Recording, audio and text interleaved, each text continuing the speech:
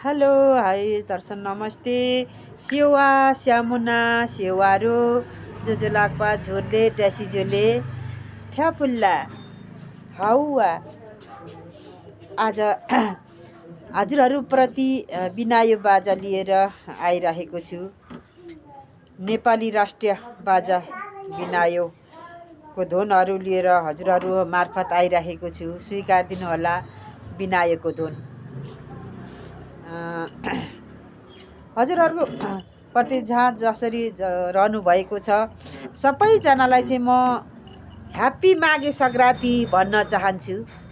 माघे सङ्क्रान्तिको शुभकामना छ हजुरहरू सबैप्रति।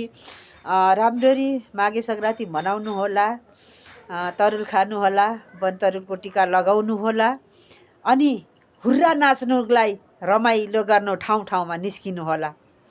हजुरहरू सबैजना नाच्नु भएको, गाउनु भएको हेरेर पनि म चाहिँ एकदम आनन्द लिएर चाहिँ बस्नेवाला छु। सबैभन्दा माघे सङ्क्रान्ति अब ठाउँ ठाउँमा आफ्नो गाउँ ठाउँ हुँदी माघेनी मेला लागिरहेको हुन्छ। माघेनी मेला राम्रोसँग भर्नु होला। हाम्रो झापामा पनि माघेनी मेला भन्ने माई मेलामा लाग्छ। त्यहाँ चाहिँ अब पहिला हामीहरू सानो सानो हुँदाखेरि यसो भेटघाट भएर आफ्नो आफ्नो जाति अनुसार कोही धान नाच्ने, कोही साकेला नाच्ने, कोही जुवारी खेल्ने, कोही हुर्रा नाच्ने सबै गर्थे। सबै हामीहरू अब पहिला झापाको लागि माई मेला हो। अरू ठाउँको लागि ठाउँमै मेला लागिरहेको छ होला। कहाँ लागिरहेको छ, कसरी रमाइराख्नु भएको छ। साथीहरू सबैजनालाई हाँसी खुसी रहनु होला। आफ्नो आफ्नो ठाउँमा रमाएर बस्नु होला। हजुरहरूलाई माघे सङ्क्रान्तिको शुभकामना छ। अनि म चाहिँ माघे सङ्क्रान्तिको शुभकामना दिँदै एउटा बिनायो बाजा पनि बजाउन गइराखेको छु। सुनिदिनु होला हजुरहरूले। यो एउटा नेपाली राष्ट्रिय बाजा, मौलिक बाजा, बाँसको बिनायो। बाँसको बिनायो यो जबान किन साँच्यौ त हौ साइली कल्लाइदिन हो भन्दै म बाँसको बिनायो बजाउन गइरहेको छु।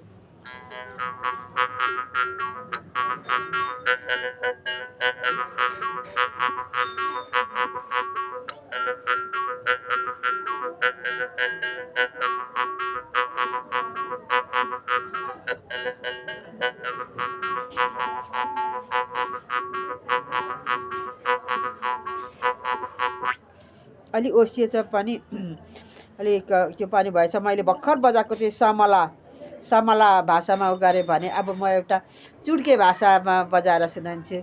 अब धेरै जाडो छ, धेरै चिसो छ, अलिक ओसिएछ।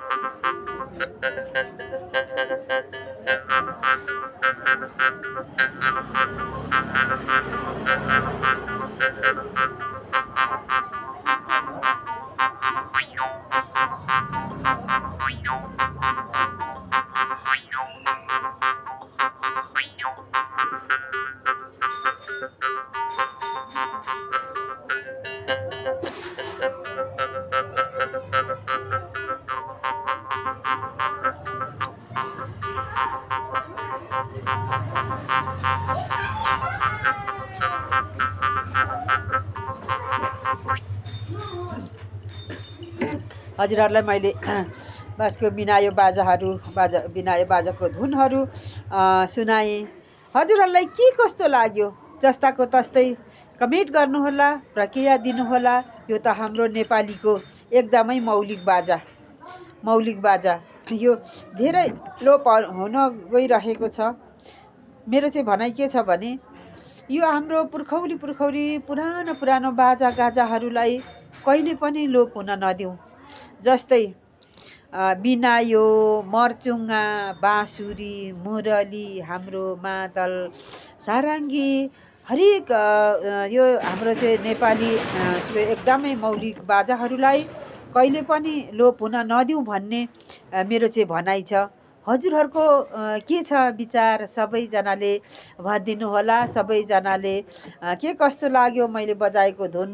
हजुरहरूले चाहिँ यसो प्रक्रिया दिनुहोला होइन। एउटा नेपाली चेली, नेपाली आमाले चाहिँ मैले बिनायो बजाएर सुनाइराखेको छु।